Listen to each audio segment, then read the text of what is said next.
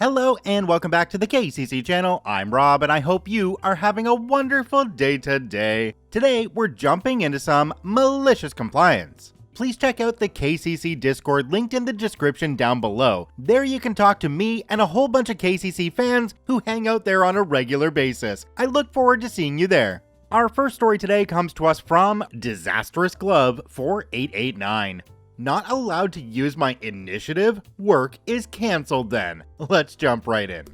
This happened a few years back, but I got reminded of the guy involved again recently and it all came flooding back. I had been given a new project at work, which was to install a new type of LED bulb in train signals in place of the old halogen ones. The guy I was doing the project with, we will call P, short for prick. This guy was universally hated. I had never heard of him before, but I asked what he was like, and the first words out of the mouths of anybody who had any dealings with him were, "He's a prick," or other more C-based words. Honestly, I've never known somebody to not have one person like them at any level of the company. Also, he had no actual authority over me. It was his project, and I was the person actually performing or supervising the work, but anything I did under his say-so was done with mere courtesy. If anything, I was actually a grade above him job-wise. However, my boss told me to play nice because I was new to the supervisor role. I got given a spreadsheet of all the signals that needed the bulbs changed and worked out the staff, the materials, and the best course of action to do the work.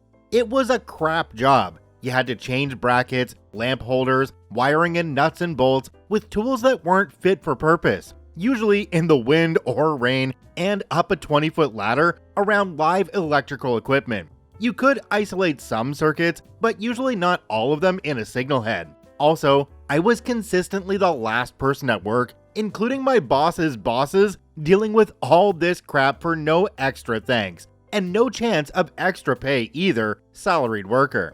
After doing the job for a while, I got an email from P saying he had planned which signals to change for each shift from now on, and I was not allowed to stray from the plan. The plan was effing dumb. Instead of doing signals in a straight line, it was 2 in this area, 2 at this area 5 miles away, 3 here, just terribly put together. I told him this was stupid as hell and we needed to do them all in a line, and for maybe the first time in his life, he saw sense and relented.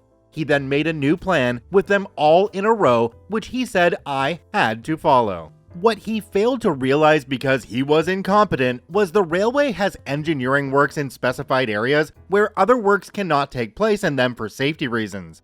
The very next shift, what he has listed us to do cannot be done. We cannot access the area. If we did, we would very much get fired. So I looked at the spreadsheet, found an area we could work, and worked there. This infuriated P, and I was told via email to follow his plan to the letter and stop being so arrogant. Completing a night's work instead of literally doing nothing was arrogant? Okay, fine. Malicious compliance activated. The next couple of nights went okay, but then another specified area showed up we couldn't work in. This time, we just didn't do the work, and I reported back as such because we can't deviate from the plan. This happened multiple times a week. Radio silence from P. At some point, P's boss comes out with us to see our work because she hasn't seen this type of work before, and we get along great, honestly. This was planned in advance. She wasn't keeping an eye on us because we had started to underperform. We get about half of the work done, and then start packing up to leave. She asks why. I tell her because the next signals are in an area for planned engineering works, and we can't go in there. She's okay with that, as I said if we went in there we would probably be out of a job, or we could be killed. Trains moving, high voltage equipment left on, etc. But she then asks why we can't go to another location and work there. I show her the plan and tell her how we are supposed to adhere to it at all costs. She asks why, and I ask her if she's seen P's email. She had not, but said she would chase it up during the day. I get a very prickly email from P during the day asking why I only completed half the work, and he had even checked to see what time I'd been on track till to tell me I still had 2 hours I could have worked. He CC'd his boss and my boss into the email. He thought he had me because he was correct. There was 2 hours left before we had to get off track, in the section we completed the work, but the cancelled engineering hours in the area for all the other assets made the rest of the work impossible. I was slightly taken aback by this though, because while there is a way to check what time people get off track, nobody ever uses it because it is such an underhanded thing to do and creates massive distrust with everybody. He is the only person in nearly 20 years at this company I've known to have done it. His manager then calls us all into a meeting. Before anybody else could speak, she told P the reason half the work was done was because the equipment further along on his plan was in a specified area we are not permitted to work in, regardless of what his stupid hindrance of a plan says. She said he should have looked at what areas we could work at before a shift instead of spending that time spying on the staff for what time they get off track. Her numbers had me working at 40% above what was expected for the shift when I was in charge, and less than half of what I should be doing when he was making us follow his plan. P tries to talk back, but she says, and I quote, "Shut your stupid mouth before you say anything else useless." I love this woman. I then get sent out while she talks to P and my boss in private. The fallout was the project getting taken off of P, him being moved on from that role to never have a position with any kind of authority again. She gave my staff and I a much better project to work on with more overtime, voluntary, a better person to liaise with, and the mental image of P looking like a scolded puppy. Ah yes, our nearly daily reminder to get any instructions from our higher-ups in writing, whether that's on paper or by email or text, or something that you can just look back at and go, yeah, you told me to do this one's on you. Do me a quick favor and take a look down below the video. If that subscribe button's still red, it means you're actually not subscribed to the KCC channel. Please hit that subscribe button for more daily Reddit stories. This next story comes to us from FredSam25. My community college credits don't count? Okay, sign me up for all your classes, professor. Let's jump right in. I went to a pretty bad high school. They had very few AP classes. So my parents signed me up for local community college classes for physics that I attended after school. Fast forward to my first year at university, and I go to apply my community college physics credits to get out of taking redundant classes. University requires me to take physics 4A, 4B, and 4C, each being a prerequisite for the next. It was like classical physics, electromagnetism, and thermodynamics and waves, or something like that. Since I had taken all three in community college, I'd be a year and a half ahead. The first problem I ran into was the registrar's office wouldn't automatically apply the community college credits to cancel out the required credits for graduation. I had to get the professor that taught the course to sign off on it, and for that semester, the same professor taught all three classes. I meet with the professor, and he refuses to sign the forms. Community college is a joke, especially yours. You need to take 4A, 4B, and 4C here if you want to graduate from this university. Feeling defeated, I went to register for 4A, but then I noticed something. While the online system wouldn't apply my community college credits to eliminate the required physical credits, it did apply the community college courses for the required prerequisites. So I could register for 4A, 4B, and 4C all in the same semester, with the same professor. In fact, because it was the same professor, none of the course times conflicted. He arranged all three to be in the same classroom back to back. No need to run around campus either.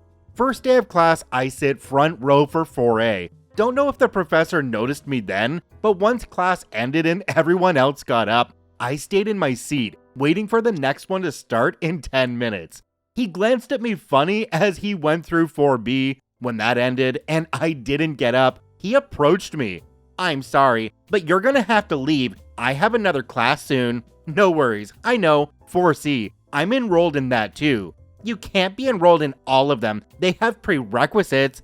He checks his enrollment sheet, and sure enough, I'm enrolled in all three. He tries to convince me that I'll fail if I stay, but I tell him not to worry. I'm not gonna lie. It was tough sitting through 3 hours of classes, 3 hours of midterms, and 6 hours of finals. But I had already taken all of these courses. In the end, I got A, B+, and A-. But best of all, I got to knock that jerk down a notch.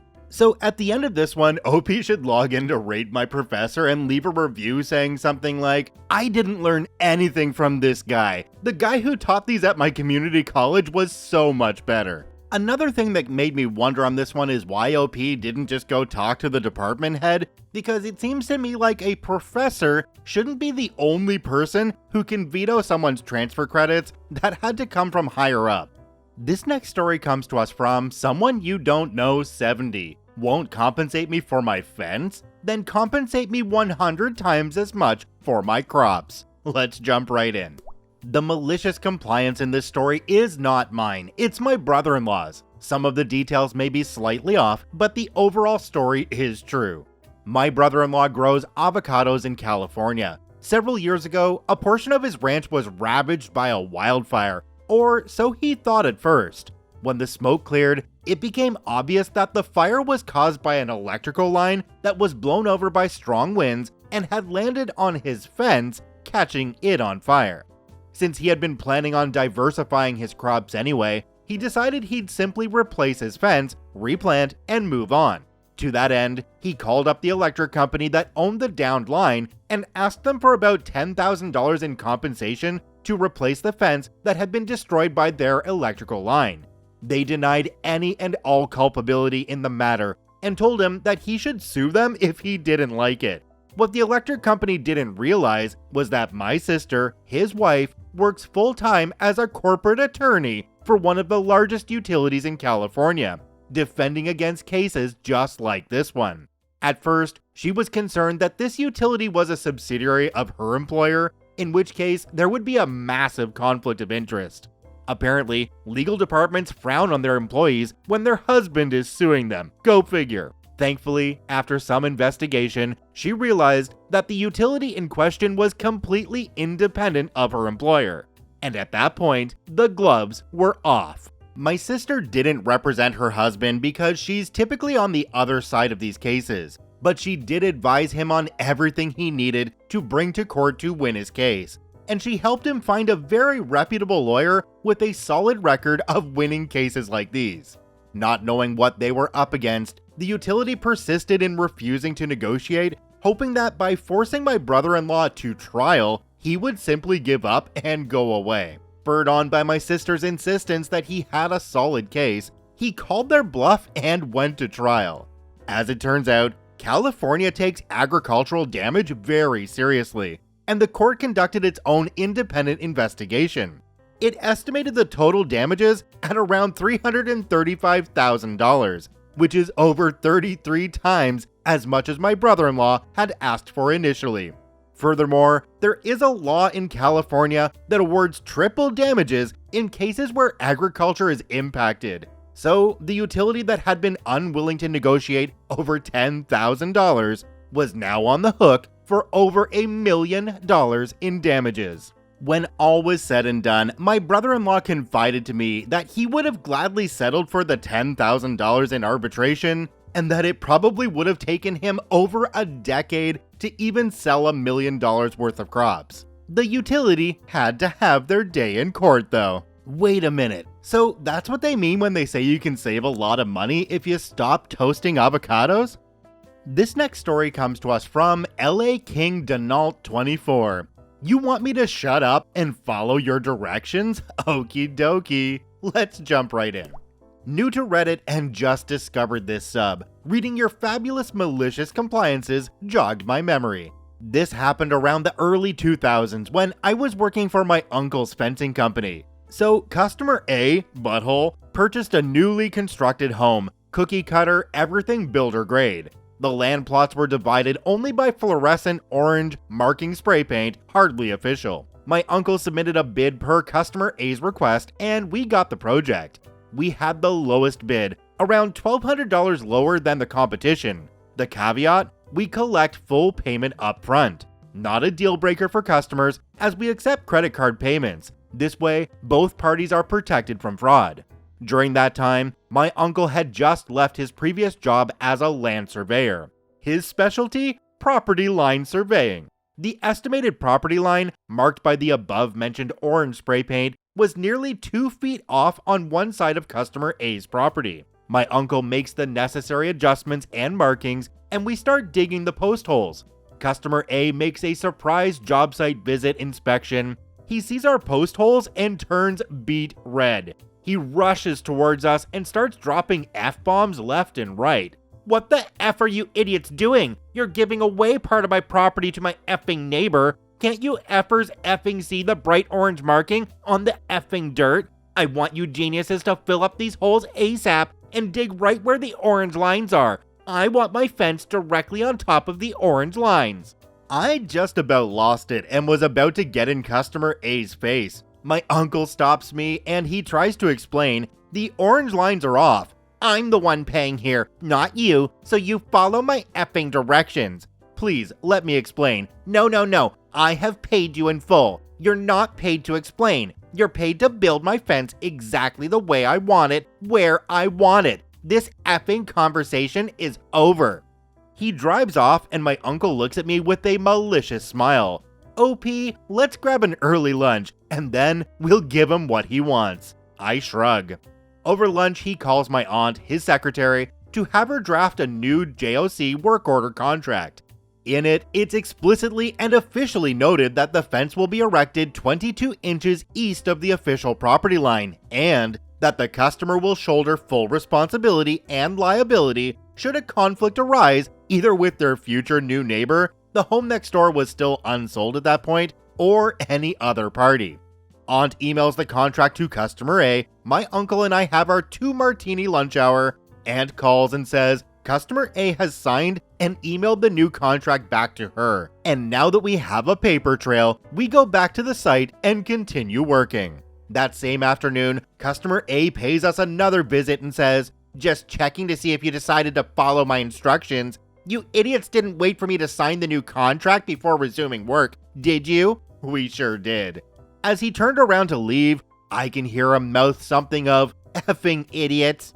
Upon completion, 3 days later, he signs off that the work was satisfactory. He was still in butthole mode, refusing to acknowledge either my uncle or I when we thanked him for his business. 4 months later, he contacts my uncle again, requesting for him to bid on a new project. Yep, you guessed it, to move the existing fence on top of the official property line. We gave him an unreasonably high bid and still secured the project. This time around, he was a teddy bear throughout the entire project. This one kinda makes you wonder if OP might have made a little bit of an, anonymous tip when a neighbor finally purchased the property next door. It would have been a way to ensure that customer A actually had to pay their idiot tax. Check out all 4 OPs linked in the description down below. I thank you for watching. I hope you have a wonderful day, and we'll see you tomorrow.